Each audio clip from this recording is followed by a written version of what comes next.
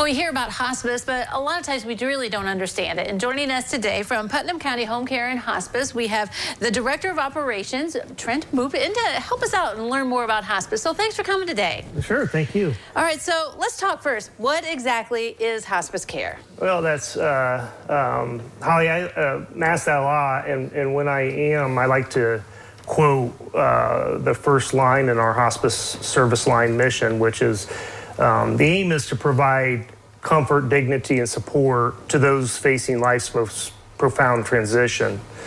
In the mid 20th century, leaders in Western medicine kind of realized there was a lack of standardization for how we care for people with terminal illness. So in the early 1980s, Medicare established the hospice service line with the idea of providing a framework for a holistic approach to medical, social, and spiritual support for those folks. All right, so then what does that mean as far as services that you can provide? If someone's like, okay, hospice care, what kind of services are included in that? Sure. So we, there are some that are standard across the line, and that's, of course, nursing care with medicine management. There are always direct involvement with physician, whether somebody wants their physician involved, or most hospice agencies have a medical director.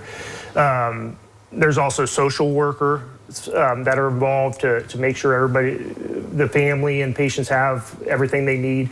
Spiritual care is, of course, offered to everyone. And then also volunteers that can include a lot of different things. And then in-home aid services. And then there's extras sometimes that can kind of be offered too, like massage therapy, whatever it takes to make that person comfortable. Right. So do you have to have a doctor say, okay, you know, this is a time maybe we should go to hospice, or can the family kind of decide, hey, I think we need some help and we need hospice? Sure. And so it's kind of somewhat of a team decision. There does, the individual to qualify for hospice does have to have what we call a terminal illness. But, you know, a lot of times families are hesitant. They think that if they ask about hospice services, that means they're giving up on mom or dad or sister or brother, and that's not the case. There's no deadline for the period of life left. It's more, we're not seeking a cure anymore at this point. We're seeking comfort and how to care for that individual, you know, going through that. Right, kind of the best quality of life. And you know, before we started, I know I was saying, you know, President Carter is a good example, right, where, you know, he's been in hospice care for over a year now, I believe. And so it's just a matter of different folks and the conditions, right? Absolutely. And there is, you know, one misconception with hospice care is once you're on hospice care, you're progressing toward death. That's not true.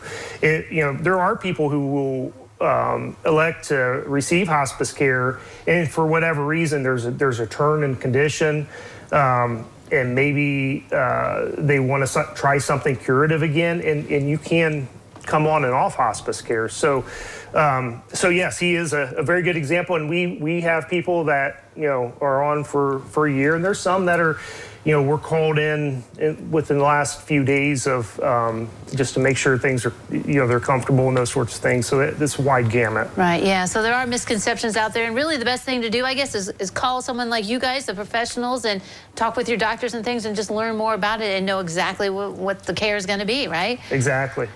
Yeah, just don't assume, and you know, because there's a lot more to it than people think, and all very positive. Right, yeah. Misconceptions out there. We're learning more about hospice. Thanks very much for coming today. Well, good to have you. All right, don't go away. New Tradition continues in a moment.